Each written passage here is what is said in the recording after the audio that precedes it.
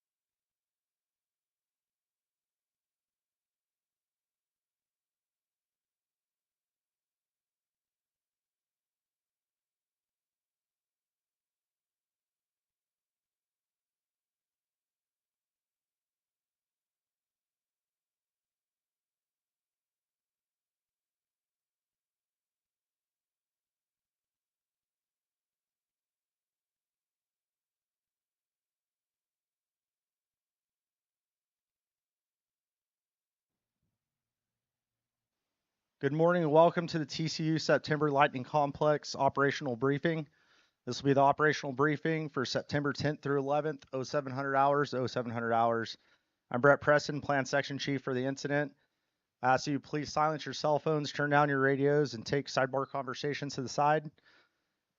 Before we get going with the incident objectives, this will be our last operational briefing at Frogtown. Starting tomorrow, the next operational briefing will be at baseline. For our incident objectives, management objectives, provide for emergency personnel and public safety at all times, protect property, improvements, and infrastructure, ensure costs are aligned with our mission priorities, ensure coordinated, timely, and accurate release of public information, continue to enhance and maintain positive relationships with all local partners, cooperators, and stakeholders, protect economic, natural, cultural, and heritage resources, implement fire suppression repair activities in accordance with approved suppression repair plans. Our control objectives are to keep fires within their current fire perimeters. And next, we'll have a current situation update from night operations.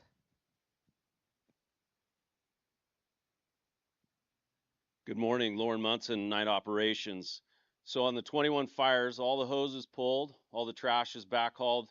Crews are out there last night, going well interior, finding those smokes and getting them put out.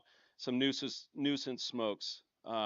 Suppression repair has 3 fires left that they'll be working on, and all the work is going well. End report. Thank you. Next, we'll have F-band for our weather and fire behavior report. Good morning, Ross Dollarhide, Fire Behavior Analyst. Starting off with weather today, we're under low pressure conditions. That's what's bringing in this overcast weather that we're seeing this morning. That should linger here for approximately the next 48 hours. And with these overcast conditions, we can anticipate seeing great overnight humidity recoveries. Just last night, we saw 100% recovery down at the Columbia Air Attack Base there. So today's high temperatures will be in the mid to upper 70s.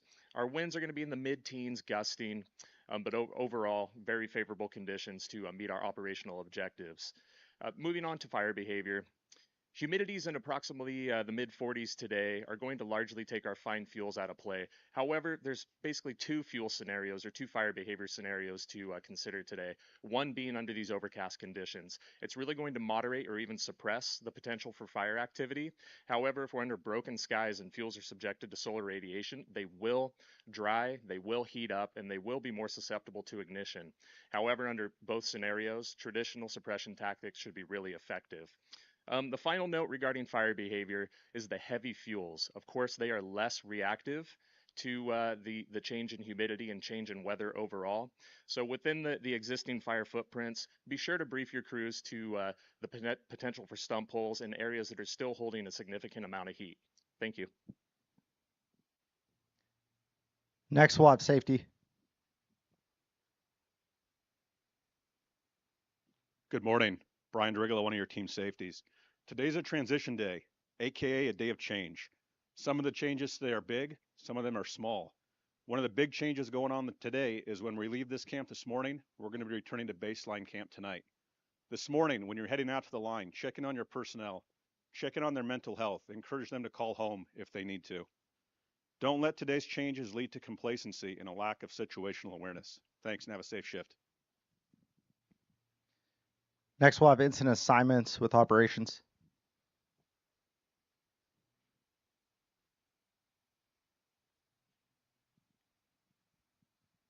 Good morning, Dakota Resource Unit Leader. For the Calaveras group, we're going to have Hutchinson. Tuolumne group, Harrison. Huckinen, trainee. And then FSR group, Peterson. And then Lopez, trainee.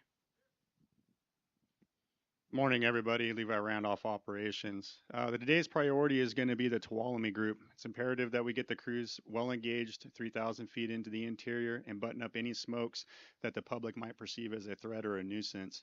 Going into the Calaveras group, it's going to be much of the same thing. Get the crews in there. Let's start getting things mopped up as far interior as we can and get this thing put to bed once and for all. End of report. Next, we're bringing logistics up for the medical plan, comm plan, and logistics message.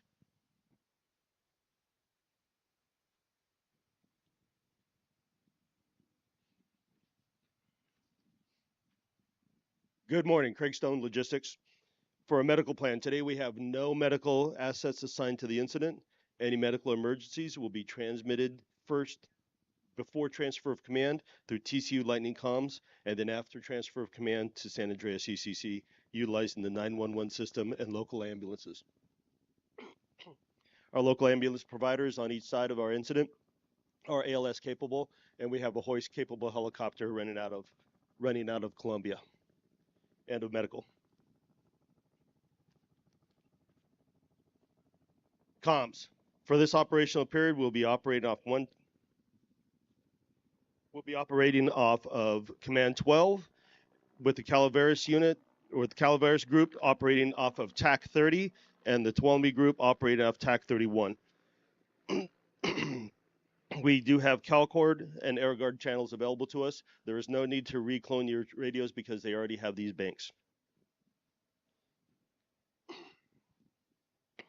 We will continue to operate from the TCU Lightning Comms until transfer of command. Once transfer of command has happened, there will be a tone sent out, and then we will transfer all radio transmissions to San Andreas ECC using the same channels. End of comms. Logistics. Good morning. As of transfer of command, logistics will be moving to baseline camp. The address is in your IAPs on page 16.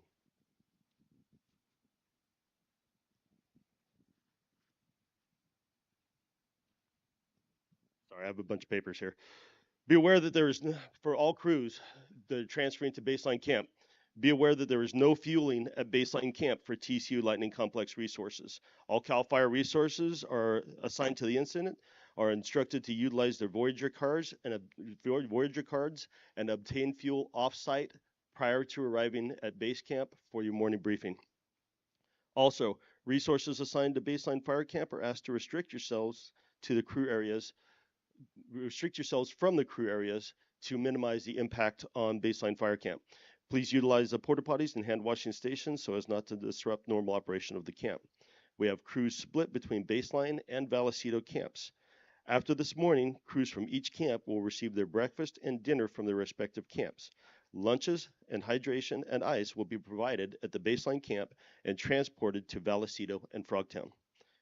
Regarding the traffic flow at baseline camp, crew vehicles should use their usual parking spaces, and engines are asked to follow the signage to engine parking. Sleeping for crews in overhead not assigned to baseline camp will be provided through hotels this morning. If your personnel need hotels tonight, make sure you get to the hotel section immediately after our ops briefing, as they will be closing down at transfer of command. Hotels for the remainder of the incident will be handled through baseline camp. Dinner tonight starts at 1700. Breakfast tomorrow will be provided at your respective camps. Next will be training. Good morning, Anthony Masuko, training specialist. Just a final call, last call for training. Training will close today at 1400 hours. So if you have a task book evaluation record and a 225, come on and see us. We'll get you a valid training record. If recommended for qualification, make sure it's stated on the ICS 225 that you're recommended for qualification. CAL FIRE trainees specifically, if you are initiated in the QMS, make sure to request feedback and then come and see us.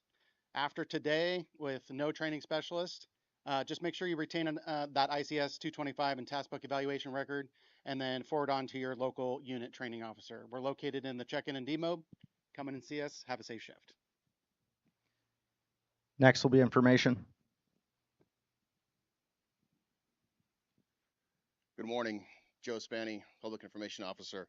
Today's current status on page 14 is 13,869 acres with 95% containment.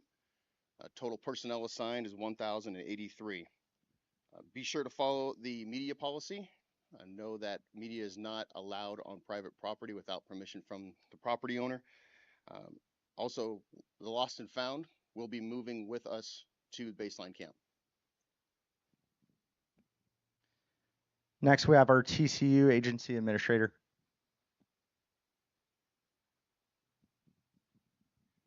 Good morning, everyone. Nick Cashy. I'm the agency administrator for the incident, the unit chief for the CAL FIRE Tuolumne Calaveras unit.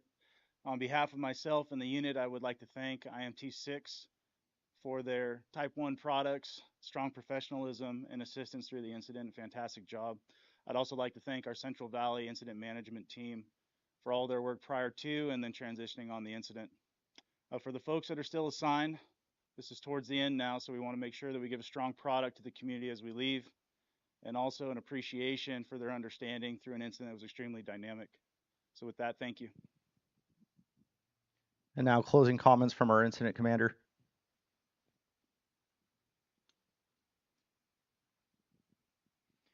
All right, good morning, everyone. My name is BJ Emlock. I'm the incident commander for the Central Valley Incident Management Team and one of the incident commanders for IMT6. So as most of you have heard, we are going through a transition today. So we'll be transferring command to the Central Valley Incident Management Team at 10 a.m. But there's one thing I'd like to highlight for all of you, and that is that we still are working under the same control and management objectives. So throughout the week, the team has been integrated with IMT6, and they've done a great job of making us feel welcome and a solid transfer today. So just keep that in mind out there today, that you're going to see some different faces, maybe some different voices on the radio, but it's the same objectives. So go out there and be safe, work hard, and represent those communities. Thank you. Thank you. As we bring the briefing to a close this morning, just a couple of things. After we're done with the briefing, there's a couple of group breakouts up front. The signs are posted. You can find your assigned group breakout. And then we have unassigned resources to the south side of the stage at the table. If you're not on the IAP, please see us over here after the briefing. The next planning meeting will be at baseline this evening at 1700 hours, and our next operational briefing will be at baseline tomorrow morning at 0700 hours. The QR code on the front of your IAP has a link that live streamed this briefing, and it was recorded as well. So if any of your troops out there need to see the briefing, you can follow that link. Thank you for attending the briefing this morning, and have a safe shift.